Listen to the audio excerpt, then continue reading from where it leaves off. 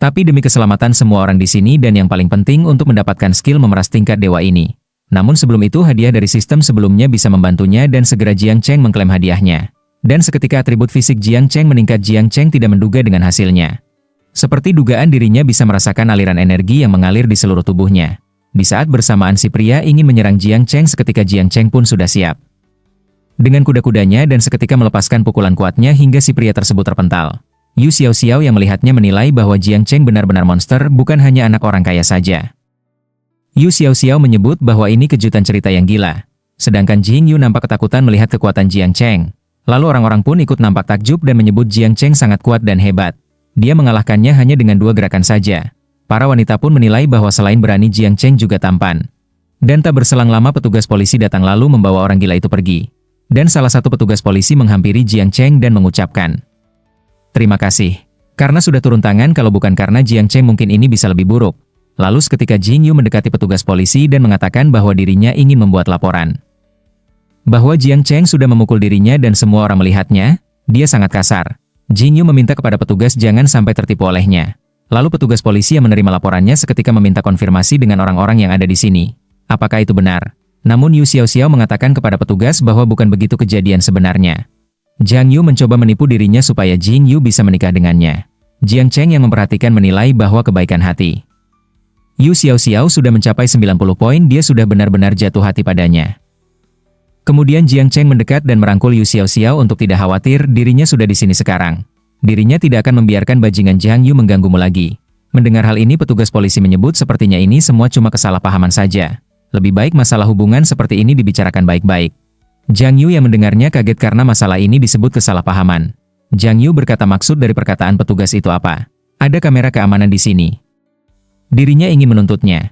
Jiang Cheng yang melihat hal ini menilai bahwa Jiang Yu sudah menyakiti hati Yu Xiaoxiao tapi sama sekali tidak merasa bersalah, dia malah berani meminta rekaman. Jika begitu dirinya akan mencoba kartu sial yang didapat dari sistem untuk Jiang Yu. Segera Jiang Cheng meminta sistem untuk menggunakan kartu sialnya kepada Jiang Yu. Bersamaan dengan hal ini tiba-tiba Jiang Yu mendapatkan sebuah panggilan telepon. Dan panggilan ini mengatakan bahwa ini peringatan penipuan dari bank komersial pedesaan. Tadi baru saja ada penarikan sebesar 200.000 dari rekening Anda. Di cabang Simbilian kami, bisakah Anda mengkonfirmasi transaksi ini? Jiang Yu kaget dan mengatakan bahwa dirinya sedang berada di Amanyang Yun. Itu bukan dirinya. Pastinya itu penipuan. Dan Jiang Yu meminta untuk memblokir rekeningnya sekarang juga. Di saat bersamaan ada seorang pelayan yang berlari menghampiri Jiang Yu, dan bertanya apakah mobil Jiang Yu berplat nomor 3838. Ada mobil yang baru saja menabrak pohon, lalu pohonnya jatuh dan menimpa mobil Jiang Yu. Rusaknya cukup parah, sebaiknya Jiang Yu melihatnya sendiri. Jiang Yu pun semakin kaget dan bergegas pergi, lalu petugas pun bertanya apakah Jiang Yu masih mau meneruskan laporannya. Jiang Yu pun menegaskan bahwa dirinya tidak mau mengurus masalah seperti ini. Jadi jangan ganggu dirinya lagi. Melihat hal ini Jiang Cheng pun tersenyum dan mengatakan bahwa siapa yang menabur dia yang menuai dan Jiang Cheng mengajak Yu Xiaoxiao untuk segera pergi. Lalu 5 menit kemudian, di mana Yu Xiaoxiao mencoba membuka baju Jiang Cheng dan berkata dirinya ingin memeriksa tubuh Jiang Cheng untuk memastikan bahwa Jiang Cheng tidak terluka. Jiang Cheng pun menyebut bahwa orang lemah seperti itu tak akan membuat dirinya terluka begitu saja. Namun Yu Xiaoxiao memaksa agar tetap memeriksa untuk memastikannya. Yu Xiaoxiao pun bertanya apakah Jiang Cheng meremehkan dirinya karena sebelumnya dirinya punya tunangan seperti itu. Jiang Cheng pun tidak membenarkan hal itu, dan menyebut mana mungkin. Dirinya hanya sedikit terkejut saja. Dirinya tak menyangka tunangan dirimu ternyata tipe orang yang seperti itu. Yu Xiaoxiao menyebut bahwa itu karena mereka dijodohkan di saat kakek Yu Xiaoxiao sedang kritis. Dirinya mau tidak mau harus bertunangan dengan Jiang Yu demi menenangkan hati kakeknya. Setelah itu dirinya baru tahu dia ternyata biseksual dan selingkuh dengan sahabatnya sendiri. Jiang Cheng pun menyebut bahwa Yu Xiaoxiao benar-benar sudah banyak melalui hal yang berat.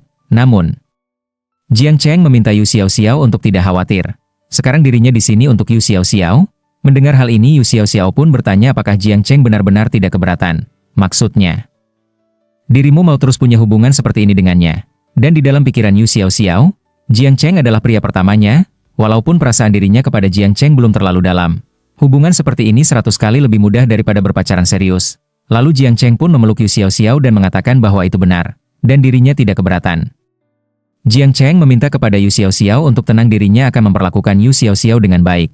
Yu Xiaoxiao pun mengerti. Lalu keesokan paginya di saat para pelayan hotel sedang membersihkan kamar di mana Jiang Cheng menginap, pelayan pun menyebut bahwa anak zaman sekarang staminanya luar biasa. Dilihat dari situasi ranjang ini pasti sangat heboh dan dari spraynya saja sudah kelihatan seberapa nikmat yang dirasakan wanita itu. Pria itu tidak hanya tampan tapi juga ganas, para pelayan ini merasakan sangat iri melihatnya. Lalu saat ini Jiang Cheng dan Yi Xiaoxiao berada di sebuah tempat makan. Jiang Cheng yang memperhatikan postingan orang-orang mengenai jam tangan. Jiang Cheng seketika bertanya kepada Yu Xiaoxiao apakah boleh dirinya pinjam kaki Yu Xiaoxiao buat foto untuk merayakan ulang tahun yang ke-18. Yu Xiaoxiao pun bertanya apakah hari ini ulang tahun Jiang Cheng. Namun Jiang Cheng tidak membenarkan hal itu, cuma belakangan ini semua orang di momen ini lagi mengupload hadiah kedewasaan mereka. Jadi dirinya juga ingin posting sesuatu, karena dirinya tidak mempunyai yang lain. Jadi bagaimana kalau dirinya mengupload foto kaki Yu Xiaoxiao? Lalu Yu Xiaoxiao tidak masalah dengan hal itu dan seketika Yu Xiaoxiao bergaya untuk Jiang Cheng dan memainkan beberapa gaya kaki indahnya. Jiang Cheng pun menilai bahwa hadiah kedewasaannya di usia 18 tahun. Mungkin bukan Benz atau BMW, tapi kecepatan dari kendaraan ini lebih cepat dari supercar. Dan segera Jiang Cheng memposting foto Yu Xiaoxiao ke sosmednya. Hal ini seketika mendapat respon dari banyak orang yang mengenal Jiang Cheng. Beberapa orang merasa malu akibat postingan Jiang Cheng. Mereka pun bertanya-tanya mengapa Jiang Cheng membuat postingan pagi-pagi begini. Tiba-tiba jam tangan 20.000 yuan milik ketua kelas jadi kelihatan tidak keren lagi. Selain itu orang-orang menyebut bahwa rumah yang dibeli ibunya terasa tidak ada artinya. Dirinya juga mau cewek pakai stocking hitam itu, dirinya juga mau jadi dewasa. Mereka mengatakan bahwa inilah hadiah kedewasaan yang sebenarnya. Kemudian Jiang Cheng berjalan menuju ke ruang pameran Ferrari di Jalan Siantai. Lalu seorang pelayan menyapa dan bertanya apakah ada yang bisa dirinya bantu.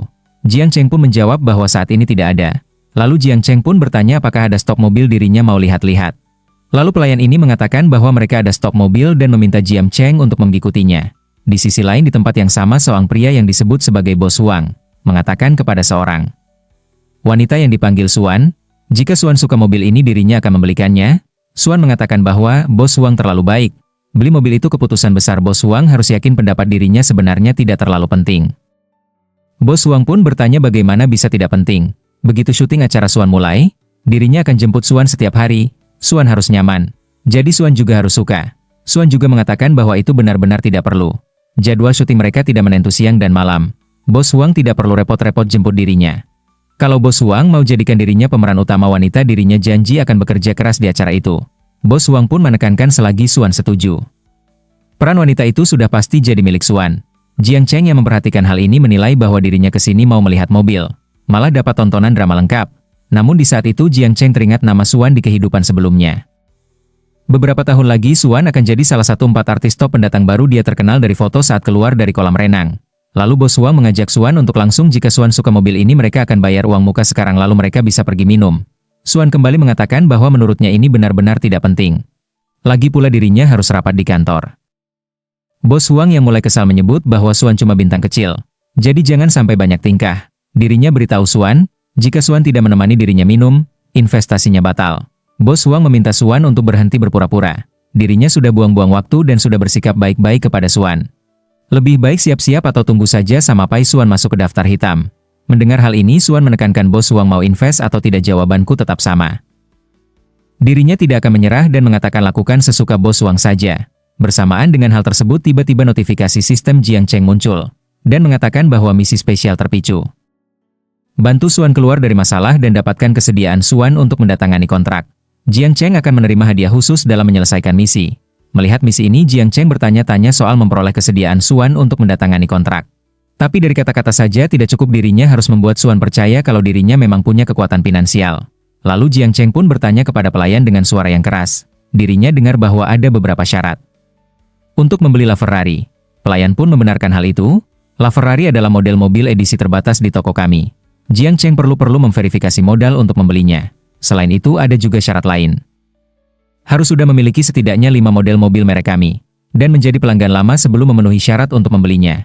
Jiang Cheng pun mengerti dan artinya dirinya tidak memenuhi syarat untuk membelinya. Pelayan pun mengatakan Jiang Cheng benar-benar ingin membeli LaFerrari ini, itu bukan hal yang mustahil. Jiang Cheng seketika bertanya apa maksudnya. Pelayan pun menjelaskan karena proses pemesanan yang begitu panjang. Beberapa pesanan mungkin tidak terkirim sesuai jadwal, jadi sebagian bisa diganti namun uang muka akan lebih tinggi dibandingkan pesanan biasa. Pelayan pun bertanya apakah Jiang Cheng bisa menerima ini. Jiang Cheng mengerti selagi bisa dibeli dirinya akan membayar penuh. Pelayan pun kaget mendengar hal ini, Jiang Cheng akan membayar penuh. Pelayan ini pun bertanya-tanya dalam pikirannya. Apakah dia tahu berapa harga mobil itu? Di samping itu, Bos Wang yang mendengar pembicaraan ini, bertanya-tanya siapa sebenarnya tuan muda ini begitu angkuh. Dirinya ingin lihat apakah itu benar-benar atau hanya pura-pura saja. Sedangkan Suan bertanya-tanya dalam pikirannya seorang bos seperti CEO Huang saja masih berpikir panjang sebelum membeli mobil seharga 3 juta. Tapi pria ini malah ingin langsung bayar penuh untuk LaFerrari kelas tertinggi. Lalu pelayan pun memberitahu Jian Cheng bahwa harga dasar untuk mobil LaFerrari serta yang dikustomisasi akan menelan biaya 40-50 juta. Jiang Cheng pun menyebut bahwa dirinya tahu dan bisa menerima hal itu. Pelayan ini pun meminta Jiang Cheng untuk menunggu sebentar di sini. Dirinya akan memanggil manajer kami terlebih dahulu. Dan tak berselang lama, pelayan datang membawa manajer dan mengantarkannya kepada Jiang Cheng, dan di saat yang sama Qin Fan juga ada di sini. Qin Fan menyebut bahwa dirinya dengar ada seseorang yang ingin membeli LaFerrari dengan biaya penuh. Jadi dirinya datang, dan dirinya tak sangka nyatanya itu adalah Jiang Cheng. Mereka bertemu kembali. Jiang Cheng mengatakan bahwa ketika pertama tiba Shanghai dirinya tidak nyaman karena tidak ada mobil. Jadi dirinya berpikir untuk membeli satu saja secara santai. Qin Fan seketika bertanya soal santai ini, karena ini benar-benar contoh pamer yang terselubung. Manajer pun bertanya apakah Jiang Cheng ini teman Qin Fan. Qin Fan menyebut bahwa kemarin dirinya baru bertemu Jiang Cheng dan lihat jam di pergelangannya. Itu terjual 18 juta di lelang kemarin. Qin Fan menyebut manajer dengan nama Tua Wang, dan menyebut dirimu beruntung ada pesanan besar yang masuk. Tua Wang pun yang memperhatikan Jiang Cheng menyadari bahwa Jiang Cheng sangat kaya. Tua Wang segera menyapa Jiang Cheng dan mengatakan terima kasih karena telah memilih merek mereka. Verifikasi modal hanyalah salah satu prosedur mereka. Tapi Jiang Cheng bisa membeli jam tangan lebih dari 10 juta. Membeli mobil tentu tidak akan menjadi masalah. Dirinya akan membantu Jiang Cheng untuk mendaftar sekarang. Di samping itu, Suan menilai bahwa Jiang Cheng membeli jam tangan lebih dari 10 juta. Dan mobil lebih dari 50 juta. Ini mungkin orang terkaya generasi kedua yang pernah dirinya lihat. Biasanya generasi kedua paling hanya dapat tunjangan bulanan beberapa ratus ribu. 1 juta pun jarang, kekayaannya mungkin sudah puluhan juta. Namun jika dipikir kembali kekayaan Jiang Cheng pasti melampaui 100 juta bahkan lebih. Lalu Bos Wang meminta Suan untuk tidak melihatnya lagi. Dirinya tiba-tiba tidak berminat membeli mobil dan mengajak Suan untuk menemaninya minum. Selama Suan bisa membuat dirinya senang investasi bukanlah masalah. Suan pun mengatakan bahwa dirinya benar-benar harus kembali ke perusahaan untuk rapat. Mendengar hal ini Bos Wang seketika marah dan mengatakan bahwa dirinya sudah bicara dengan nada lembut kepada Suan. Tapi Suan masih membuang-buang waktunya. Dirinya kasih tahu bersiaplah menunggu dirinya atau bersiaplah disingkirkan. Suan pikir dirinya siapa. Status Suan bukan siapa-siapa tapi sok mulia. Bos Wang pun meminta kepada Suan untuk dipikirkan baik-baik. Lalu di saat itu Jiang Cheng memanggil Suan. Suan pun kaget dengan panggilan ini dan bertanya, apakah Jiang Cheng memanggil dirinya? Jiang Cheng pun memperkenalkan dirinya dan mengatakan bahwa dirinya baru saja dengar kalau pembicaraan antara Suan dan pria tadi soal investasi yang gagal. Jiang Cheng minta Suan untuk tidak khawatir. Kalau pria tadi tidak mau investasi maka biarkan dirinya yang melakukannya. Suan seketika bertanya apakah itu sungguhan. Dalam pikiran Suan, Jiang Cheng jauh lebih mampu secara finansial dibandingkan Bos Wang. Dan dengan Bos Wang tidak lagi berinvestasi, itu akan sulit untuk menjelaskan pada perusahaan, tapi dirinya benar-benar tidak sanggup untuk tidur dengan Bos Wang. Dan menolak Bos Wang kali ini mungkin benar-benar membuat dirinya masuk daftar hitam perusahaan. Namun Jiang Cheng menyebut bahwa hari ini dirinya ada urusan lain. Jadi mereka akan bahas detail investasinya besok lagi saja. Suan pun nampak senang dengan hal ini dan dirinya mengerti. Dirinya akan menunggu kabar dari Jiang Cheng. Suan pun bertanya apakah dirinya boleh menambahkan akun media sosial milik Jiang Cheng. Jiang Cheng pun mempersilahkan Suan. Suan pun mengerti dan mereka akan bertemu besok. Kemudian Jiang bertanya kepada Tua Wang kapan dirinya bisa mengambil mobilnya. Tua Wang menyebut bahwa paling cepat sekitar 1 tahun. Jiang Cheng pun tidak menyangka akan selama ini. Lalu Qin Fan memberitahu Jiang Cheng bahwa dalam beberapa hari ada pameran mobil di Bend. Di sana ada semua jenis mobil, dari mulai Lamborghini, Kirin, Hyundai Motors, dan tentunya mobil bisa langsung diambil di tempat. Qin Fan bertanya apakah Jiang Cheng mau pergi untuk lihat-lihat. Jiang Cheng pun mengiyakannya, kemudian berpindah ke Hotel Renhe. Yu Xiaoxiao sudah lebih dulu di sana menunggu Jiang Cheng, dan segera memanggilnya untuk mendekat. Yu Xiaoxiao mengatakan bahwa nasi kepiting di sini sangat khas, dirimu harus mencobanya. Selain itu ada juga irisan ikan dengan arak beras, irisan bebek panggang dengan daun bawang dan kepala ikan, serta lembaran tahu tipis. Namun di saat itu Jiang Cheng menggoda Yu Xiaoxiao dan berkata dirinya hanya ingin memakan Yu Xiaoxiao. Lalu Yu Xiaoxiao mengatakan bahwa dirinya masih merasa lelah semalam. Jadi tolong biarkan dirinya beristirahat beberapa jam lagi. Jiang Cheng pun mengatakan bahwa itu bukan masalah. Tapi Yu Xiaoxiao harus memanggil dirinya dengan nama yang lebih manis. Yu Xiaoxiao pun seketika mendekati dan berbisik serta memanggil Jiang Cheng dengan sebutan suami. Jiang Cheng pun menyebut bahwa dirinya suka itu. Jadi dirinya biarkan Yu Xiaoxiao menunggu sedikit lebih lama. Kemudian Jiang Cheng pun bertanya apakah Yu Xiaoxiao mengenal Xuan. Yu Xiaoxiao menyebut bahwa Xuan adalah artis di perusahaan mereka. Yu Xiaoxiao pun bertanya ada apa. Jiang Cheng pun pada akhirnya menceritakan pertemuannya saat membeli mobil. Yu Xiaoxiao pun bertanya apa Jiang Cheng menyukai Xuan. Jiang Cheng pun mengatakan bahwa itu tidak bisa dibilang dirinya menyukai Xuan. Itu hanya pertemuan kebetulan. Jiang Cheng pun bertanya soal potensi dari Xuan kepada Yu Xiaoxiao. Yu Xiaoxiao mengatakan walaupun perusahaan belum terlalu memperhatikan sekarang, Xuan punya kondisi dan potensi perkembangan yang bagus. Yu Xiaoxiao pun mengatakan kalau Jiang Cheng suka pada Xuan dirinya bisa membantu Jiang Cheng. Untuk dirinya sendiri Jiang Cheng bisa menghubunginya kapan saja di saat membutuhkan sesuatu. Dirinya tidak keberatan soal hal ini. Jiang Cheng seketika menyebut Yu Xiaoxiao sebagai gadis bodoh, dan meminta Yu Xiaoxiao untuk tidak khawatir. Entah Yu Xiaoxiao wanitanya atau orang lain dirinya akan tetap memperlakukan Yu Xiaoxiao dengan baik. Lalu Yu Xiaoxiao bertanya apakah Jiang Cheng akan berinvestasi pada Xuan sekarang. Jiang Cheng pun membenarkan hal itu. Dirinya ingin mendatangani kontraknya dan berinvestasi padanya. Yu Xiaoxiao menjelaskan bahwa kontrak Xuan belum habis. Kalau mereka mendatanganinya kemungkinan besar mereka harus membayar biaya pelanggaran kontrak. Diperkirakan beberapa juta. Selain mendatangani kontrak Jiang Cheng juga berarti harus mendirikan perusahaan baru. Jiang Cheng pun meminta Yu Xiaoxiao untuk tidak khawatir soal dana. Setelah perusahaan berdiri, dirinya akan menyerahkan semuanya kepada Yu Xiaoxiao untuk dikelola. Dan dirinya tidak akan ikut campur. Dirinya juga bisa memberi Yu Xiaoxiao beberapa saham. Dalam pikiran Jiang Cheng sistem pendanaan untuk mendirikan perusahaan akan tersedia. Selama Xuan diberi sumber daya yang tepat dia akan menjadi sangat terkenal dalam 2 tahun. Saat itu Xuan juga akan memberinya keuntungan operasional yang cukup besar. Namun Yu Xiaoxiao menyebut ini tidak bisa meskipun perusahaan berdiri. Dirinya hanya akan bertanggung jawab pada operasional dan manajemen. Dirinya sama sekali tidak bisa menerima saham. Paling buruk Jiang Cheng bisa memberinya gaji tinggi. Dalam pikiran Yu Xiaoxiao walaupun dirinya tahu Jiang Cheng tidak kekurangan uang. Tapi dengan membantunya mengelola perusahaan dirinya sudah naik dari manajer departemen menjadi manajer perusahaan, dan suara dirinya tidak lagi di level yang sama. Hanya poin ini saja sudah membuat dirinya sangat puas. Dan soal gaji dirinya yakin Jiang Cheng tidak akan memberikannya lebih sedikit dari sebelumnya. Jiang Cheng pun menyebut bahwa Yu Xiaoxiao benar-benar bodoh. Tidak perlu ada jarak sejauh ini antara kita. Yu Xiaoxiao pun mengatakan bahwa dirinya merasakan kebahagiaan karena menyukai seseorang. Dan dirinya merasa hidup. Sungguh bersama Jiang Cheng dirinya sudah sangat puas. Sebelum bertemu Jiang Cheng hidupku tidak ada artinya. Setiap hari diriku dipaksa untuk menikah. Lalu ponsel Jiang Cheng pun berbunyi ada sebuah pesan masuk ke ponsel Jiang Cheng. Dan ternyata itu dari Xuan.